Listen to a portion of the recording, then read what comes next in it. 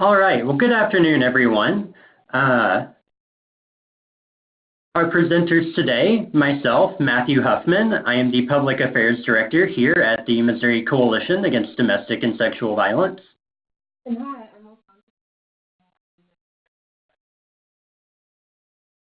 Yeah, I feel like folks might be very familiar with us, but just to give you an idea of who will be presenting today, we wanted to go ahead and show you a couple bright and shiny pictures of ourselves. And then just to jump back for a moment, to kind of get us started and setting the stage, I really wanted to share this graphic with everyone to frame the conversation we're going to be having today around health equity and community wellness. And one of the things that I really want us to be able to kind of recognize and talk through is that violence has lasting impacts on health. And even though most commonly we consider injury to be the one kind of physical aspect of violence that we see, we also know that there are a variety of other health impacts that it can have, and those impacts can be very long-ranging.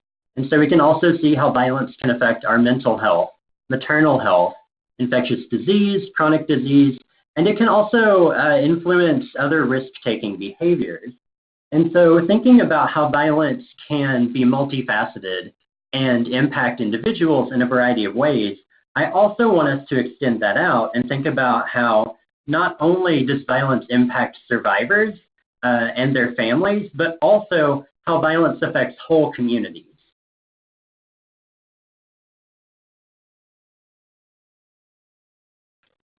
So a couple learning objectives to give folks an idea about what exactly we'll be covering today. First, we're going to work on defining and connecting health equity to domestic and sexual violence advocacy. We'll also talk about how to design organizational capacity through an anti-oppression framework. And then we'll also discuss existing models of health equity and community wellness programs to give you all very specific examples of work that's currently being done.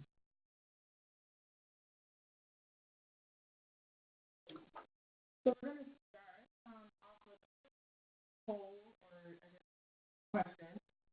You can type in the box, what does your community need to thrive? So in order for instance, domestic and sexual violence survivors to thrive, people within your community, what all projects, resources, programs do you see that you would all need in order to thrive? So we'll just give y'all a few moments to fill out the answers.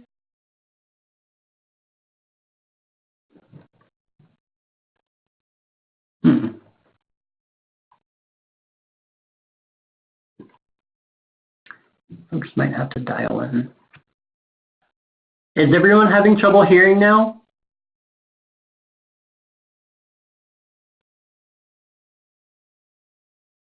Okay, I may just need to speak louder. Is this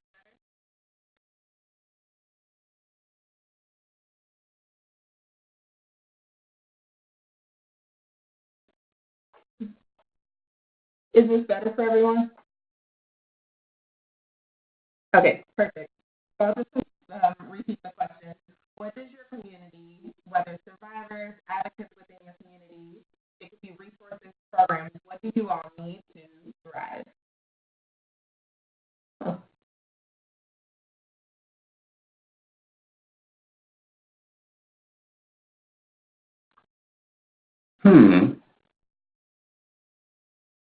Yeah, Sorry about that, everyone. We might just be having a little bit of difficulty with where the microphone is on the computer. So we will certainly work around that.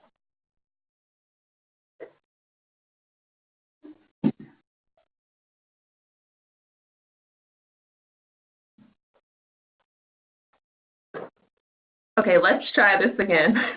What does your community need to thrive? Okay, maybe it's the side. I think it is, yeah. Interesting. Sorry, everyone. It was just our placement.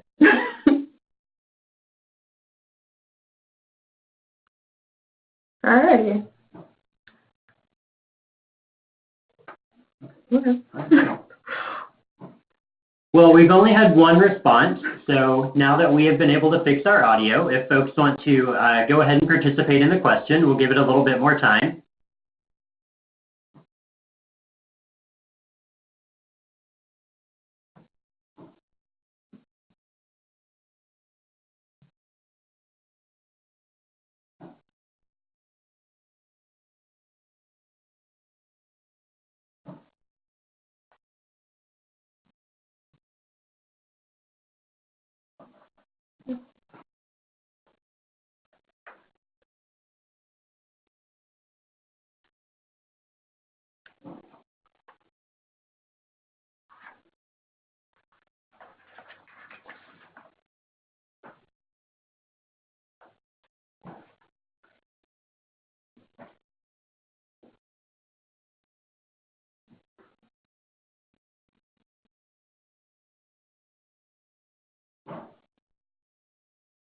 Okay, it looks like we have about 5 responses, so we will give it maybe 30 more seconds for folks who want to submit a response.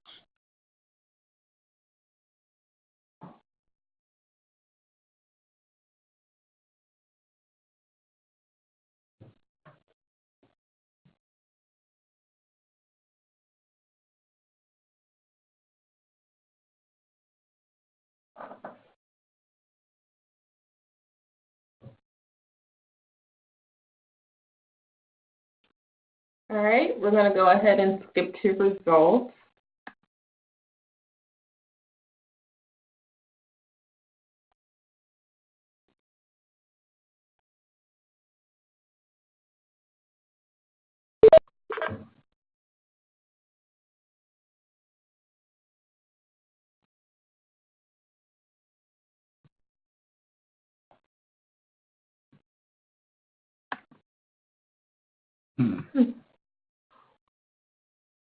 Well, it looks like we have jobs for kids coming right out of high school, safe walking spaces, resources for housing and jobs, another one, jobs, an understanding of one another's needs, and working together and not against each other.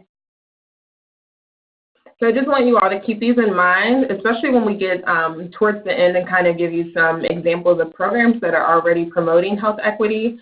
I think a lot of the responses that y'all have around what your community needs, you'll also see in a lot of these programs.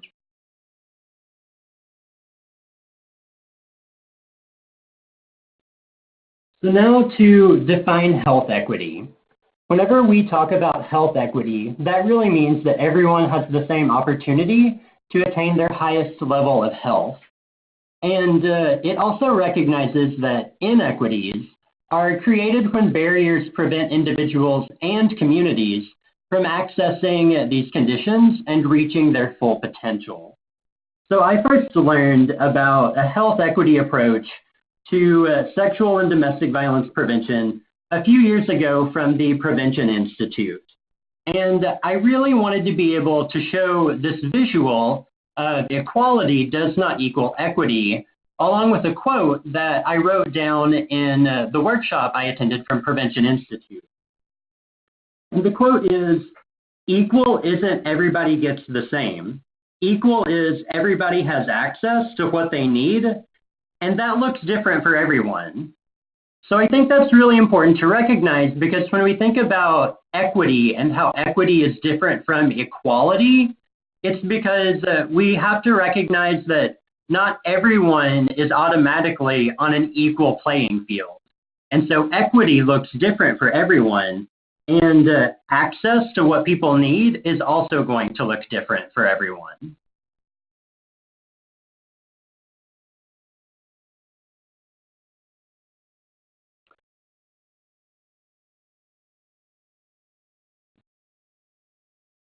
All right, so now, oh yes, I can repeat the quote. Sorry about that. We will go back a slide for you. So the quote from Prevention Institute is, "Equal isn't everybody gets the same. Equal is everybody has access to what they need, and that looks different for everyone." So I like that quote to go along with the visual of equality does not equal equity. because it really does recognize that not everyone is on the same playing field. And so equity and equality really mean two different things.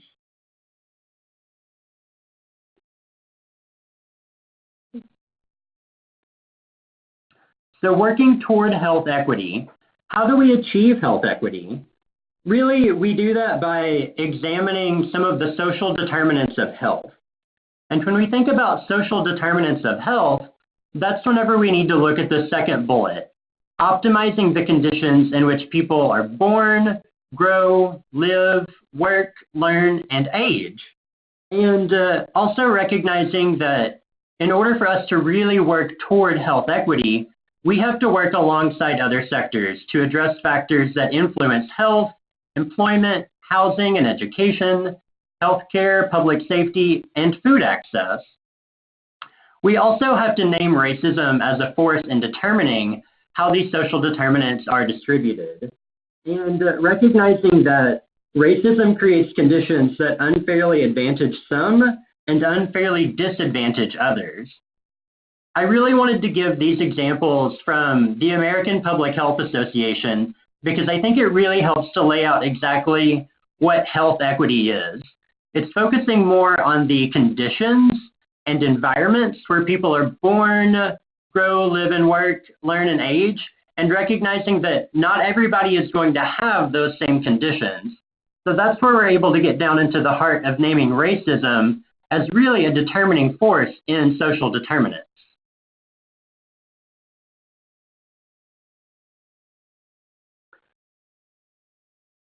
Now I want us to start thinking about how we connect health equity and social determinants of health to our work.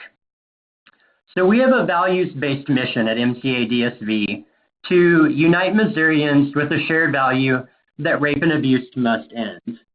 We also build on that values-based mission by our commitment to social justice and examining that gender and racial inequities exist and greatly influence our work.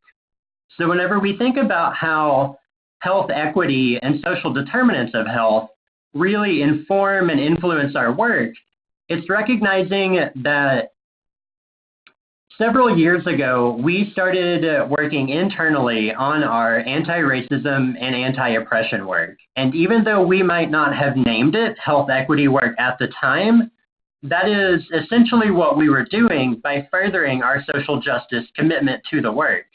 In recognizing that the roots of violence take hold and grow deeper where there is injustice, recognizing that rape and abuse and racism are intersecting forms of violence, holding very true to our belief that gender and racial justice is possible and intricately linked to preventing rape and abuse, and lastly, recognizing that health equity work is another part of our anti-oppression efforts, and our anti-oppression efforts are designed through both systemic and social change.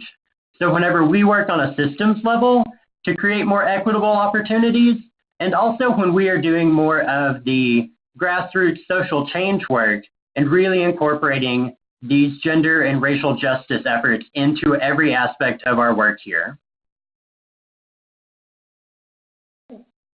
We're going to have another quick poll, and we want to ask you, does your organizational mission include messages of prevention as well as messages of anti-oppression work?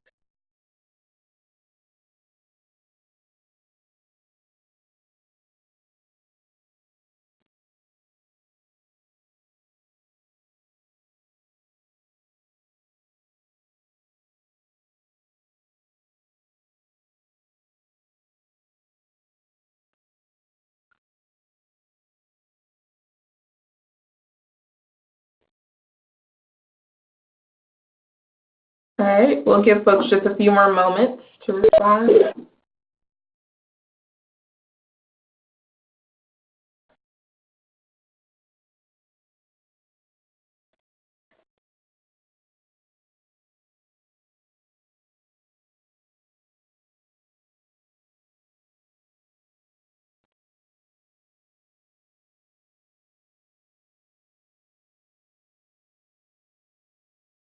Great.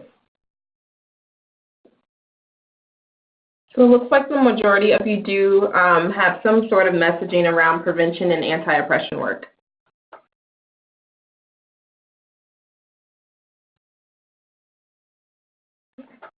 And if you don't have a mission that includes information on anti-racism, anti-oppression, prevention, we also don't want that in any way to seem shaming or like you haven't started doing the work or aren't doing the work as deeply as you can be. Really, it's just starting to recognize that organizational commitment. How are we really trying to incorporate prevention and anti-oppression into every aspect of our work? One way that we can do that is by connecting the dots of all of our work. And so we know that there are certain risk factors that increase the likelihood of individuals to experience violence. The same is also true for communities. And so whenever we have really high instances of poverty, unemployment, crime in communities, then these are risk factors for the entire community and the individuals who reside there to also experience higher rates of violence. However, whenever we begin to focus and prioritize on protective factors, things that help individuals and communities as a whole to be more resilient and have it be less likely that they will experience violence, we see that communities are more resilient and more likely to have better health outcomes and overall just better community resources and community values. So I want to be able to point out the little thumbnail of a publication that's up in the left corner, and it's connecting the dots, an overview of the links among multiple forms of violence. This is a publication from the CDC and Prevention Institute. You'll hear us reference the Prevention Institute quite a bit throughout the webinar because they just have so many great resources, and Lysandra and I are big fans of them. But I wanted to point to that as a resource for you to go back and look at after the webinar, because this is where I pulled the information from. Whenever we look at the Venn diagram here, we can see that protective factors often overlap with one another. So a protective factor to prevent teen dating violence is exactly the same as a protective factor to prevent sexual violence whenever youth have a strong connection and commitment to school. Additionally, we see a strong connection in protective factors between experiencing domestic and sexual violence when there's a high level of community support and connectedness. And then looking directly in the center of the Venn diagram, whenever there is coordination of community resources, we have a really strong network within communities so that individuals are less likely to experience teen dating violence, domestic violence, sexual violence. And that's how we begin to connect the dots across multiple forms of violence. So even though we might think of prevention in the fact that we have to start working with youth at early ages, we have to be in schools to work with youth, there are also a number of other ways that we can be working alongside community partners to build community resilience, to coordinate these resources, to build support and connection, and to really make sure that our communities that we work and live in really begin to value and support one another as individuals.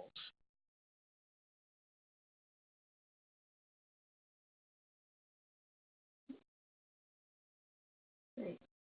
So we want to start looking at how do we build internal capacity for this first. Oppression is the root cause of domestic and sexual violence, so doing anti-oppression work is health equity promotion, it is prevention, and it's also working towards ending gender-based violence. Building capacity within an organization should be rooted in anti-oppression, and our organizations should be committed to transforming internal practices while we seek to transform and influence our communities.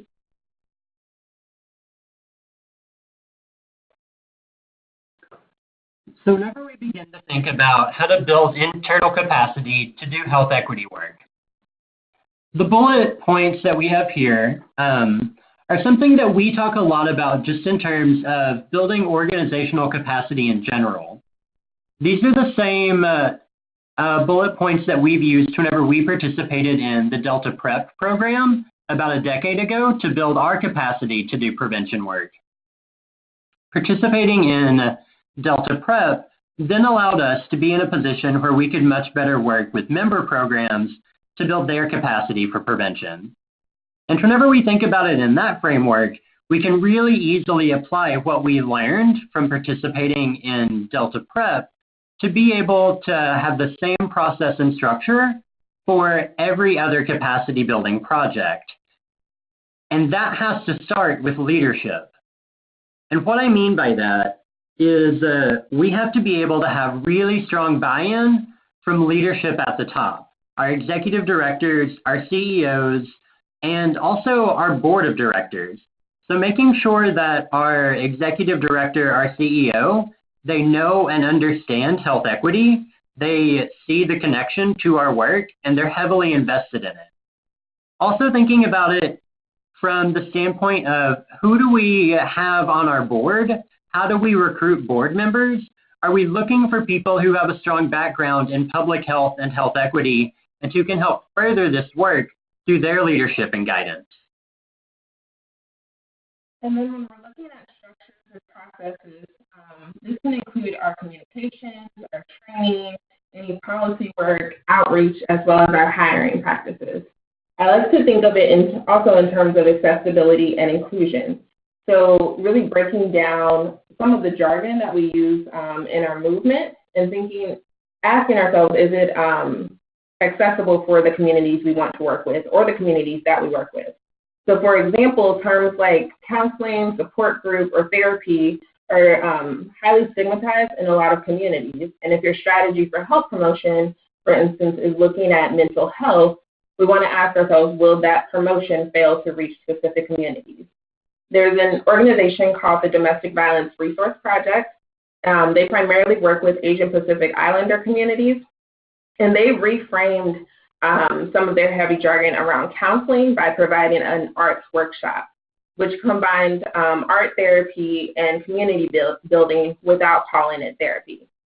And they found that many of the women, mostly from API communities that they worked with, were comfortable telling their family or friends that they were going to an arts workshop. And so they still got the healing aspect without support group or counseling or therapy. So consider how your organization structures, processes, or just the way that we've been used to doing a lot of things benefit the people that you're seeking to work with. And we'll talk more about this when we explore different examples from other programs. And then with staffing, just continuing what we've said about accessibility, the makeup of our staff and our hiring practices really need to be accessible. So health equity promotion should be by and for the community. And again, if we're working from an anti-oppression framework, we should seek to hire staff that reflects the community where many of these strategies will be implemented. There's a movement going on right now with among people with disabilities, and that can be applied to a lot of underserved communities. And the quote that they use is "nothing about us without us."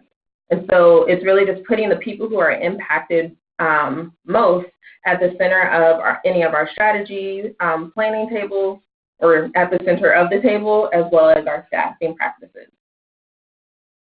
And then just thinking about partnership development, staffing changes can take a while. They're not going to happen overnight. But another suggestion and helpful point to build internal capacity is looking at your partners. Are you working with community organizations that are led by and for communities of color and other marginalized groups? These could be after-school programs where students are primarily youth of color. It could also be faith communities or other grassroots organizations. Partnerships also don't have to be limited to an organization. Maybe as you're just starting, it's developing a relationship with an influencer or a leader from that community, whether it's like the auntie down the street that everybody just goes to for resources. I also ask yourself, what do these relationships look like? So consider how your organization can train and or receive training on inclusive and culturally accessible practices and policies.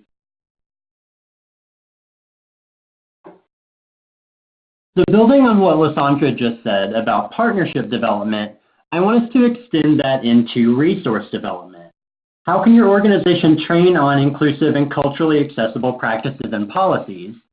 thinking about professional development is resource development.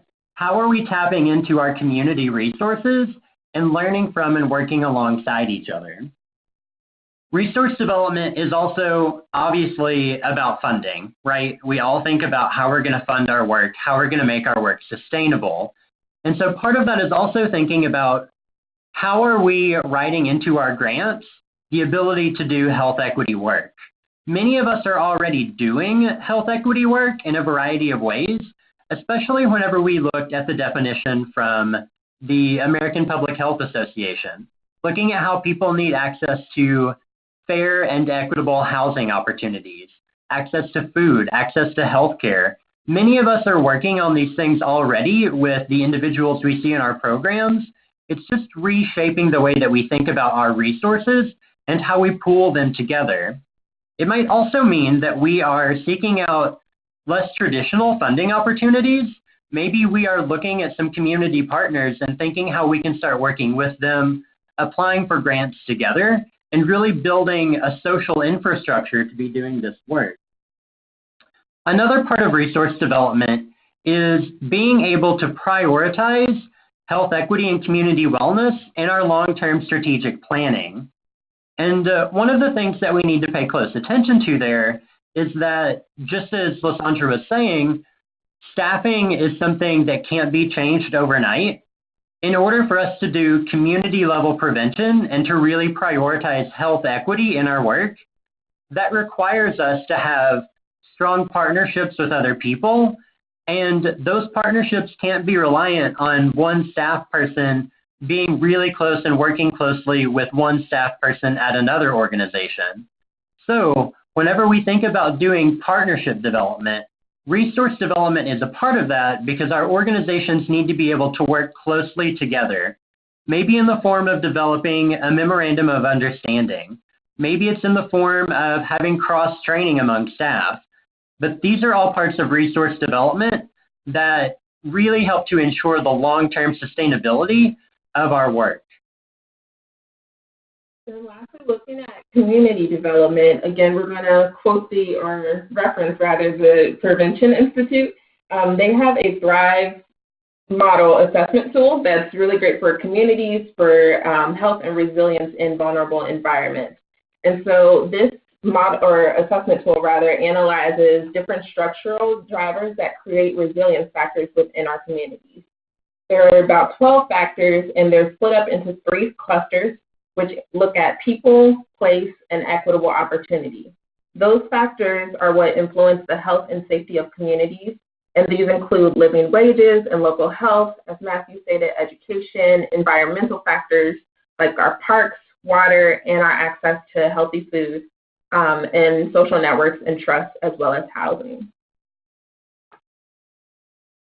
So a couple other things to mention here as we consider how to build internal capacity.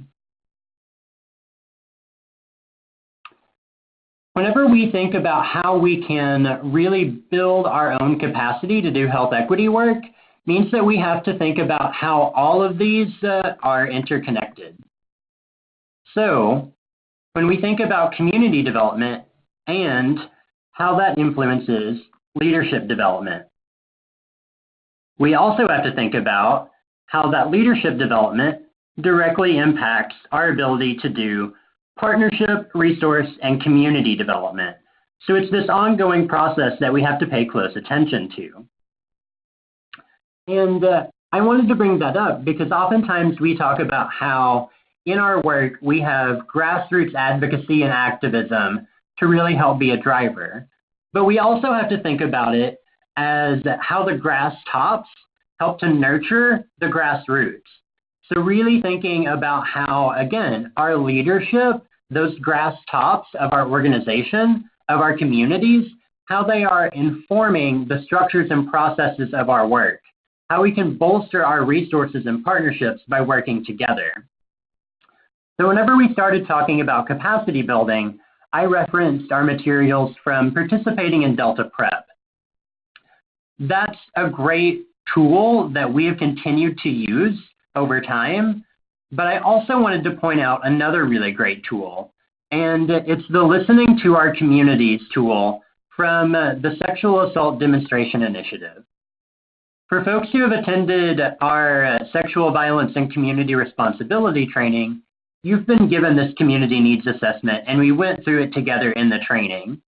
Part of the reason I wanted to reference it today is because they have an organizational assessment where you can sit down together as a staff and think about where are your strengths, and then where do you need some additional professional development. From there, you can go on to assessing your organization as a whole. For your organization, do you have the same parity of sexual assault services as domestic violence services? Are you making sure that in your strategic planning that you allocate resources towards educating the community, towards prevention, towards being able to really align yourself with other groups and individuals to further the work? The other thing that I really like about these resources from the Sexual Assault Demonstration Initiative is that it gives you information on how to do a community needs assessment, how to listen to our communities, how to do focus groups, how to interpret the information that we get from a needs assessment. This is all really important information for us to be able to do health equity work, community level prevention, and to ensure that the services our community needs are being met by the services we provide. These materials are online for free through the National Sexual Violence Resource Center. You can also email Lysandra or I, and we can email them to you and kind of talk through how you can use them as an organization as well.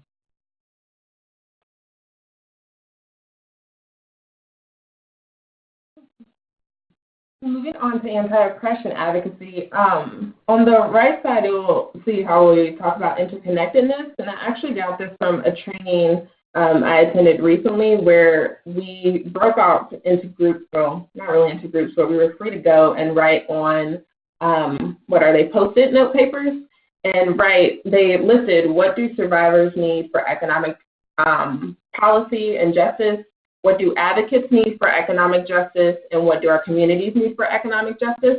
And it all just kind of flowed together because the same things that were listed for survivors were also listed for advocates and were also listed for our communities. And so just recognizing that domestic and sexual violence is a community issue, so our efforts must be led by our communities and the most vulnerable people in our communities and what they need. We consider an intersectionality when providing direct services, and we should do the same. As we make strategic strides towards health equity promotion.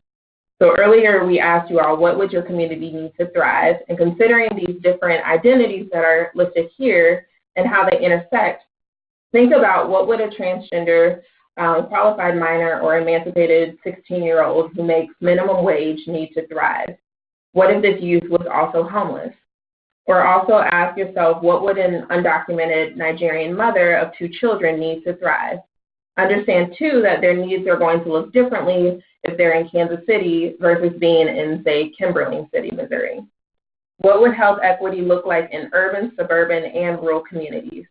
We could strategize about what health equity looks like for our communities, but we also need to look at who is most vulnerable in our communities, likely lacking the most resources and facing the most barriers.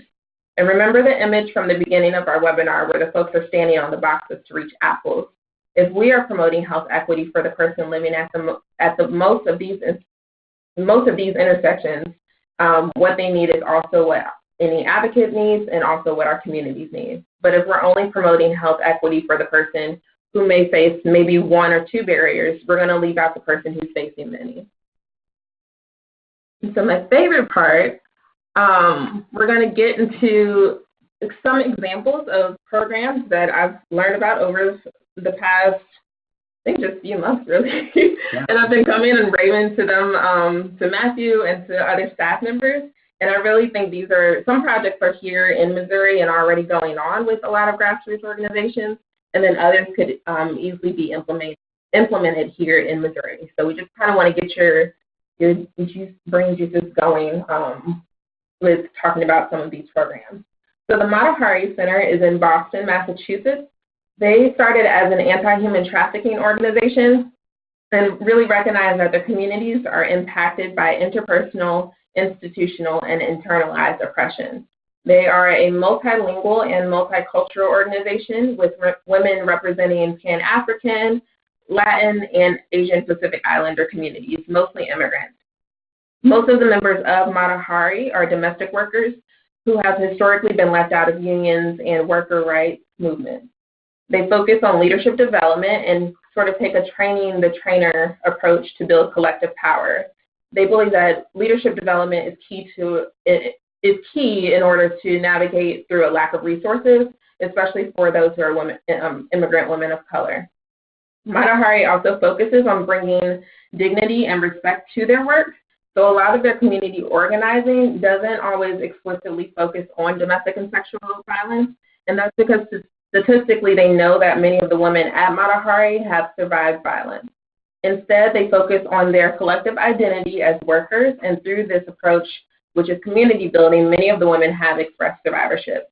So they have several committees that work within different communities to transform workspaces. They also were able to pass a domestic workers law, or a Bill of Rights, in 2015, and currently they're working on implementation and defense. The Matahari is also able to be an empowered space for women of color and immigrant women that not only stops the bleeding, but really helps people thrive and people who are often overlooked in the workspace. So something I really liked about this example, Sandra, is it reminds me a lot of the promotoris model that we've seen be really successful in many other communities as well. And it's taking that assets-based approach where this is already a network and structure of women supporting other women in their work. And it helps further domestic and sexual violence work because these individuals are the experts in their community, and we don't have to be the ones working at domestic and sexual violence centers to go in and recreate the wheel. We just help them further their work.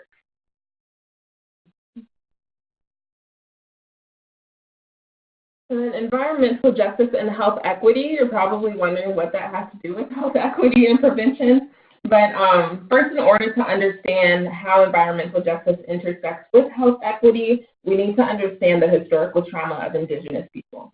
Because through colonization and being forced off of their land to what was considered undesirable land until people found out they were gold mines, Indigenous folks have long been victims of environmental racism and at the forefront of seeking justice.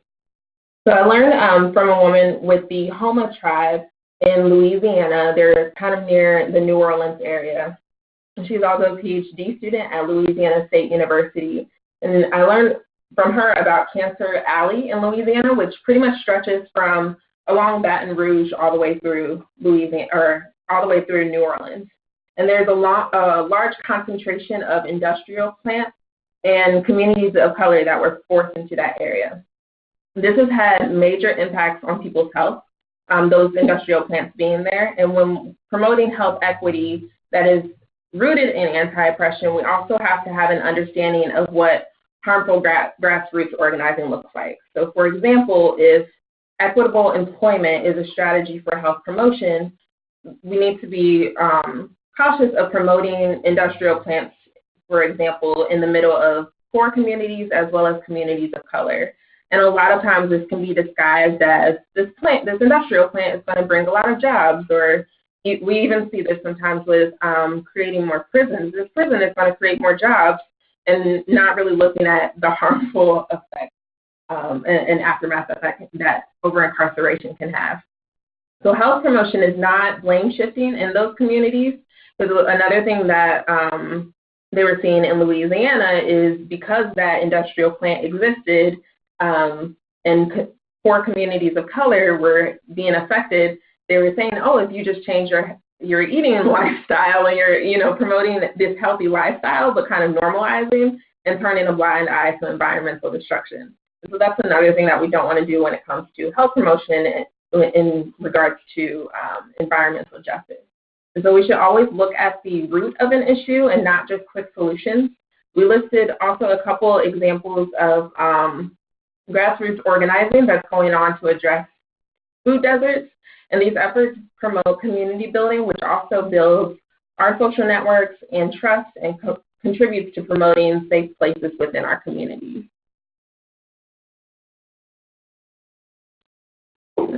The only other thing that I would add alongside that is, as we begin to think about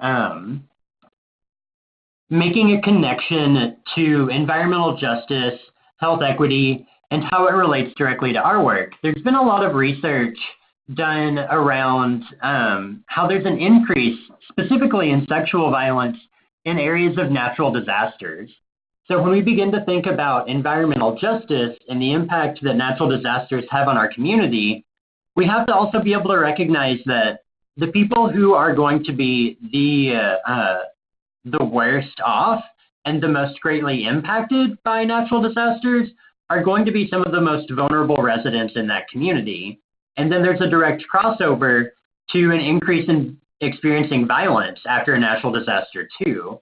And so it is beginning to look at that intersectionality of the issue as well, because we know that these issues are incredibly related. And while it might not be in any of our missions to do environmental justice work, we are still doing social justice work by connecting to these other issues. I just want to point out, looking at this slide, I am from the Kansas City, Missouri area, and so some of y'all might not know that Wyandotte County is in Kansas City, Kansas. So if you're not from that area, you wouldn't know that Wyandotte County is in Kansas. So I also want to point that out in case you're interested in looking at that. Kansas City problem. All right, the next program, which I went down a huge rabbit hole. I was telling Matthew this morning, just looking at more research from the ACLU Missouri and Missouri-specific statistics. I want to look at Dignity in Schools. Dignity in Schools campaign is a national campaign, but currently there aren't any grassroots organizations that are members of that campaign. But I learned about it through this program or organization rather, in Dayton, Ohio, Racial Justice Now.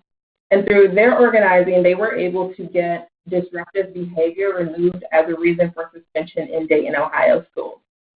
I will say a huge part of their success was also having access to data through the school district on suspension and expulsion rates by demographics.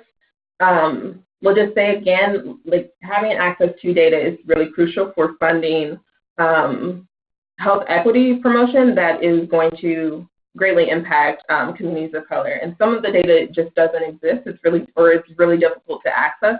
But if y'all have any questions on any of the projects that we're talking about and what that data would look like specifically for Missouri, we'll provide a resource at the end of the webinar, but also feel free to contact Matthew or myself.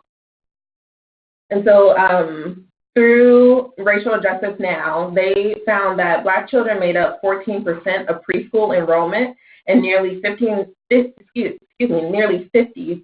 of suspension and expulsion. This may seem ridiculous, especially given preschool students, but the ACLU Missouri also reports that Missouri is eighth in preschool expulsions in terms of frequency, and that Black students with disabilities in Missouri receive higher rates of out-of-school suspension than their white peers.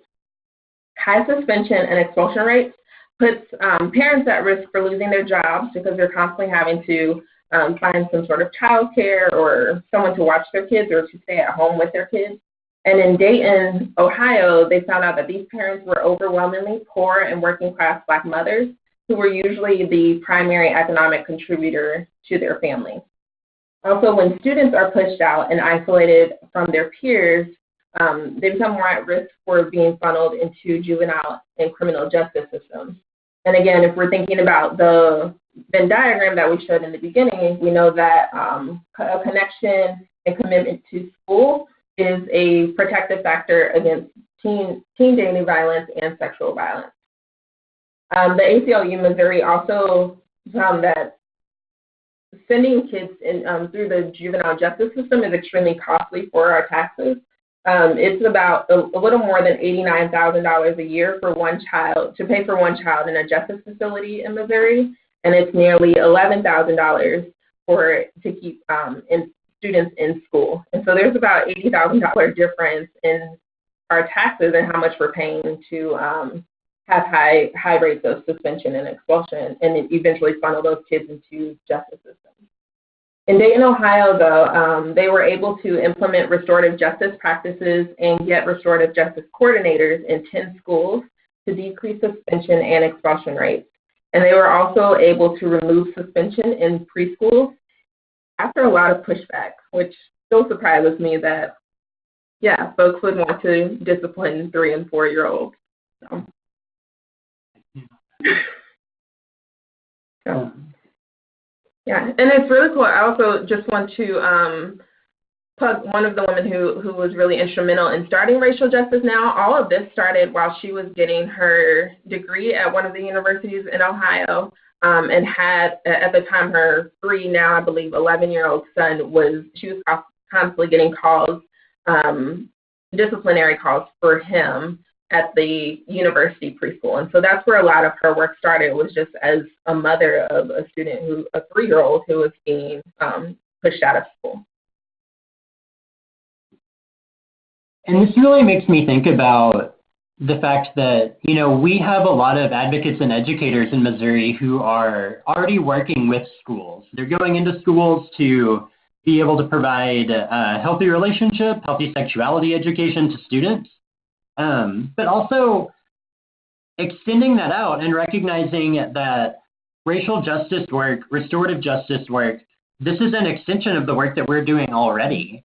And really being able to think about how can we work with the schools we're already working in to really shape a lot of their policies and their procedures. How can we work with them to help them to better understand that whenever you are expelling and suspending children of color at 3 and 4 years old, that they don't have that connection and commitment to school any longer. That we have to really be able to start connecting the dots for our community partners around this too. So to me, this seems like a natural extension of our work, especially whenever we just start to look at these numbers. Again, I cannot fathom how anyone can begin to suspend a 3 and 4-year-old from preschool over behavioral issues. What 3 and 4-year-old doesn't have a lot of energy and any sort of behavior issue, right? So. Disciplining are just bored. Yeah. So it's restructuring what you're teaching kids. Sometimes it's just they're bored and they're brilliant. They just need a better challenge. So. Yeah, absolutely. So the next project is looking at housing. I thought this was really neat. It's called Project Fierce in Chicago, and they started as a grassroots response to LGBTQ youth homelessness. They are a transitional housing project, particularly for transgender and gender nonconforming youth of color, ages 18 to 24, and they're currently renovating a home in the North Lawndale or West Chicago area.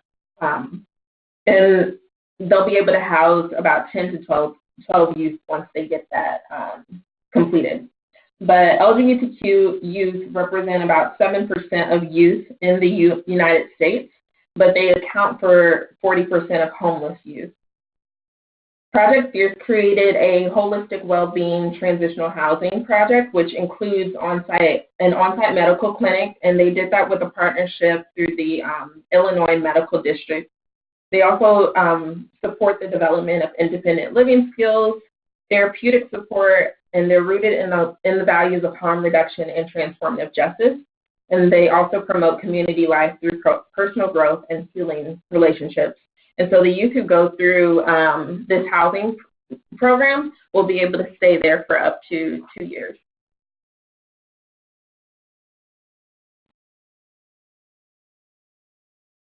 Next program, looking at economic protective factors. FreeFrom is an economic advocacy organization in Los Angeles.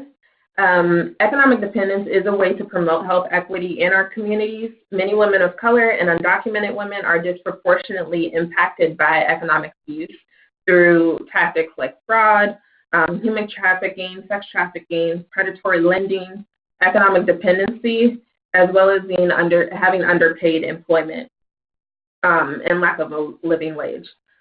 So women of color and indigenous women are also more likely to be the primary economic contributors to their families. So FreeFrom's goal is to create wealth so that survivors of domestic and sexual violence can thrive. There's still a newer program, but just in the past 2 years, they've been able to get 24 businesses launched by survivors with living wages. And a lot of these businesses cross many different sectors and include administrative services, catering, musicians, home goods, cleaning services, fashion, cosmetology, web development, and a whole lot more. And so just thinking about, again, protective factors between domestic and sexual violence, coordination of community resources is a protective factor for a lot of violence within communities. And when community members, including survivors, have tools for entrepreneurship, they can invest in their communities in meaningful ways, and they're more likely to reinvest in their communities. So as we were talking about this, it really made me start to think about the similarities that we see here in Missouri. And the first thing that came to mind was, thinking about the city and then county of St. Louis and the structure that was set up there a long time ago in terms of disinvesting and divesting from many communities there. And so whenever we saw white flight happen, many more affluent white families began moving further and further out of the city. And whenever that happened, we saw more divestment in those communities. So the people who were living there no longer had access to community supports, to strong healthcare and education. And they weren't able to continue to invest in their community because there were many other folks who were pulling out of those communities. Something that we see happen after that is gentrification. Whenever the residents of a community can no longer afford to invest and reinvest and build up their own communities, then we have outside organizations and players come in, build up new businesses that really serve their own interests and not the residents of the community. And then those folks who have been there forever are pushed out of their own community. And so as we were talking about this yesterday, we really began to think about, how are we able to think about providing opportunities for survivors and their families to stay in their own communities, to have access to the resources that they need to build up their economic support, to maybe invest in starting their own business, to be able to invest in their community and build up those community networks. Again, just as you were saying, Lysandra, these are community protective factors because we are working alongside one another, coordinating and building networks of people who look out for one another and who want to build up our communities.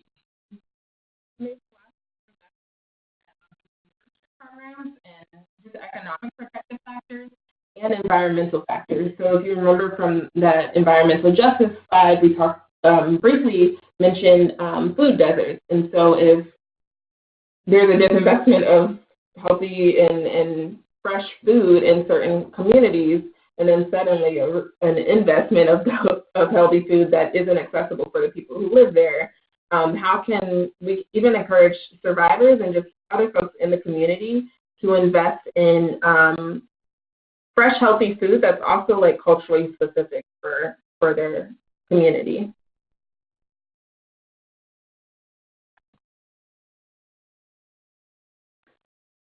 So then the last thing that we kind of wanted to talk about in terms of examples of how to be doing health equity and community wellness work is being able to talk about civic health and engagement. So I am very strongly of the opinion that civic health is public health and public health is civic health. And so the image that you see here is actually part of a social marketing campaign that we've been doing through Domestic Violence Awareness Month to really try and help people get engaged in voting and civic participation. And a couple of things that I really like about this campaign that we're doing is recognizing that survivors have the right to safety, to confidentiality. Those are services that our programs already provide and hold near and dear. Survivors also have the right to vote and to engage in the civic process. And whenever we begin looking at some of the data around this, we can see from the organization Nonprofit Votes that compared to non-voters, voters are more likely to contribute to their neighborhood's social capital, to live in communities where neighbors are connected. And that kind of gets back to what we had been talking about in terms of being able to build up our community. Also recognizing that being a voter is associated with better health outcomes, reduced unemployment, lower recidivism rates, and the like. And it's civic health and engagement, and it's really a lot of the things we've been talking about, whether it's housing, economic justice, being in school, having access to education. If those are sources of healing for survivors, our prevention efforts are going to be stronger, because without healing, ongoing oppression will limit the effectiveness of our prevention and community health equity strategies. And then with voting, as we were talking about yesterday, we also need to recognize that due to incarceration or felony records, many people, including a lot of survivors of domestic and sexual violence and people of color, won't have that right to vote, which can unfortunately start, the trend for that can start as early as preschool. And so really just connecting the dots between our work. Absolutely. And it helps us to really think about how whenever we prioritize civic health and engagement, that just as you were saying, Lysandra, there are people who aren't able to engage in that process.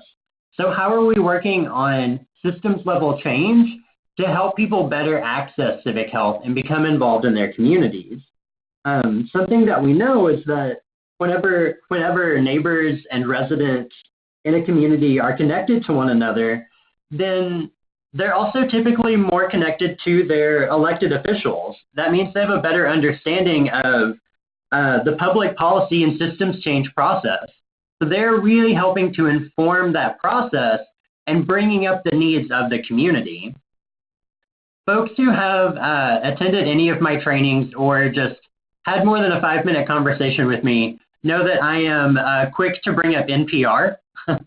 And so the other day I learned about a new book called Palaces for the People.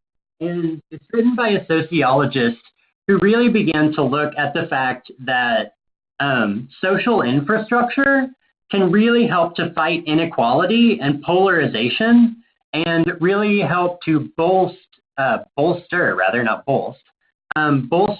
civic life whenever we do learn to engage with one another, when we build up that social capital.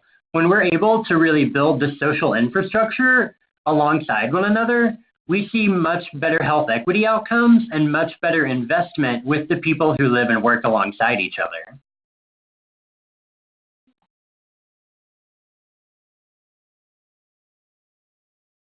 And we also just wanted to point out several additional resources. I'll start with the program examples. I did mention the Domestic Violence Resource Project, DVRP. They primarily work with Asian Pacific Islander women and survivors of domestic and sexual violence. And again, they, on top of restructuring how they look at mental health and support around healing, they also looked at how they restructure, even talking about immigration. And so a lot of folks would also come to, like, say, a Know Your Rights or immigration workshop panel. And that was a way for them to open the door and get to talking more about domestic and sexual violence and some of the services that they provide. And then the Red Lodge Transition Services, they're based in Portland, Oregon. They're an organization that works with Indigenous women who were formerly incarcerated. And so they provide transitional housing to those women in different services.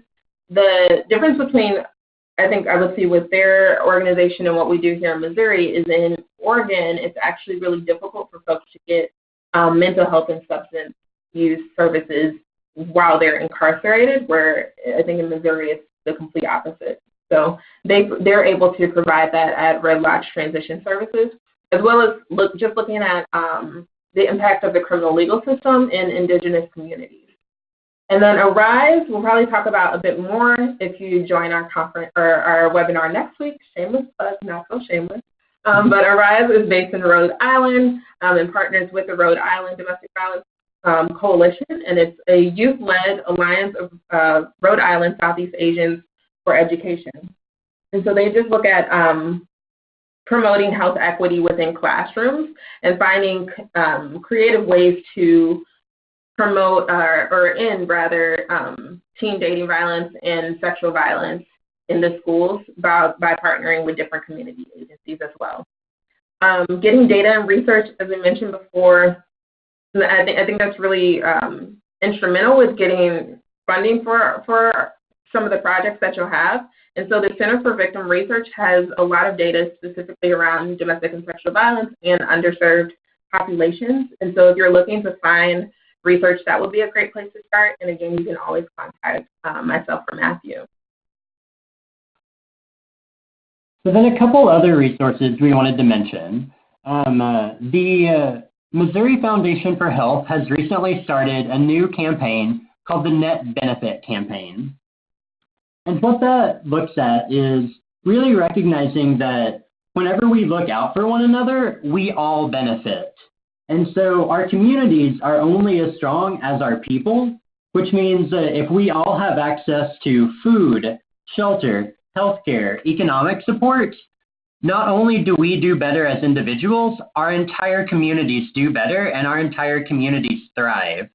And so this new campaign from Missouri Foundation for Health is really similar to what we talked about at the beginning of the webinar with some of that foundational information from the American Public Health Association, when we start to look at social determinants of health and what health equity really means. Part of the thing that I also really like about their campaign for the net benefit is that they're really drawing on storytelling.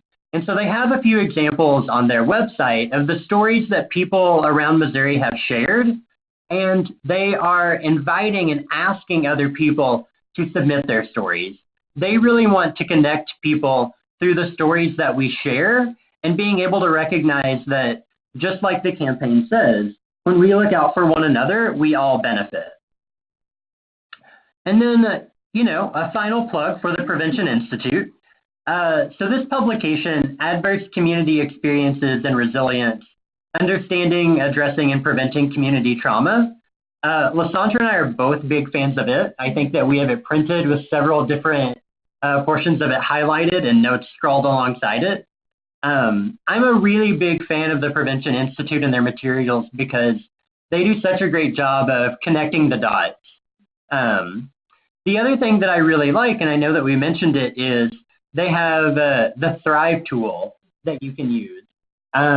They also have a collaboration multiplier tool where once you are really able to focus on doing community level work and making these community-wide plans and partnerships with others, you can use that multiplier tool to really begin to narrow down what are shared goals that you want to work on with your community partners.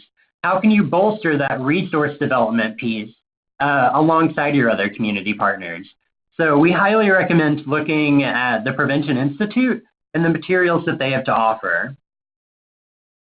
One thing I really like about it, which we kind of talk about with the civic health and engagement, just once again, adding more to plugging the Prevention Institute, is without healing, all of our prevention efforts are really going to be stifled if folks aren't healing. And so though it's called the Prevention Institute, for those of you who may not have that much of a capacity right now around prevention, just know you're already doing a lot of the stuff that are building resilience factors for survivors within your program. And so it's really just, as Matthew said, connecting the dots. And they have a lot of cool different projects around the country, really. They're based in California, but I like that they provide examples from all over the country, both in big cities and small towns, that kind of go off of this Thrive model.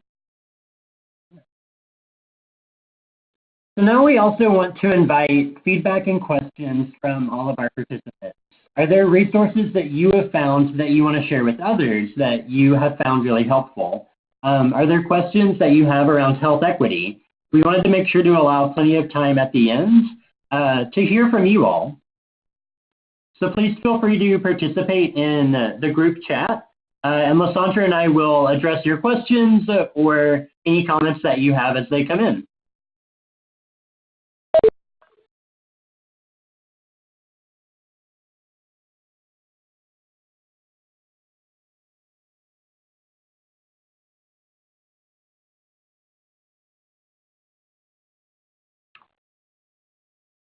Sarah loves the Stop SV technical package from CDC. Sarah, I want to amplify that because I also love the Stop SV technical package. It's very helpful.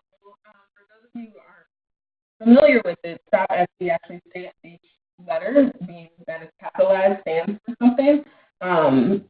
Yeah, so S is the social norms, T. Teaching skills. O is opportunities, and so like economic opportunities, leadership development opportunities for women and girls. P is creating protective environments, and so that really gets to the heart of what we talked about today. And then SV is support for survivors. And so I think that also begins to highlight the fact that our prevention efforts have to be comprehensive and trauma-informed, and one prevention approach is only as good as our connection to all the others, and how we can really create a holistic and comprehensive way of preventing sexual and domestic violence.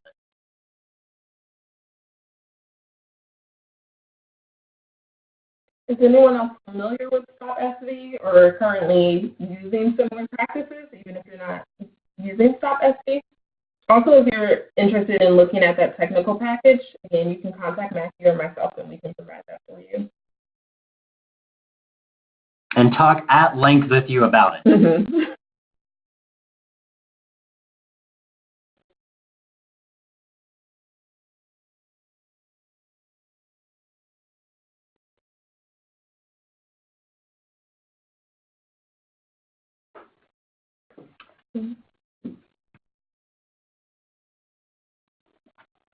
All right, well, seeing no other questions or comments coming up in the group chat, we are going to go ahead and end just a bit early. Here's our contact information. We want to thank you all for calling in and participating in the webinar. Next Thursday, on October 25th, we will have another webinar on incorporating healthy sexuality into youth programs. So we highly encourage you to register and participate in that one as well.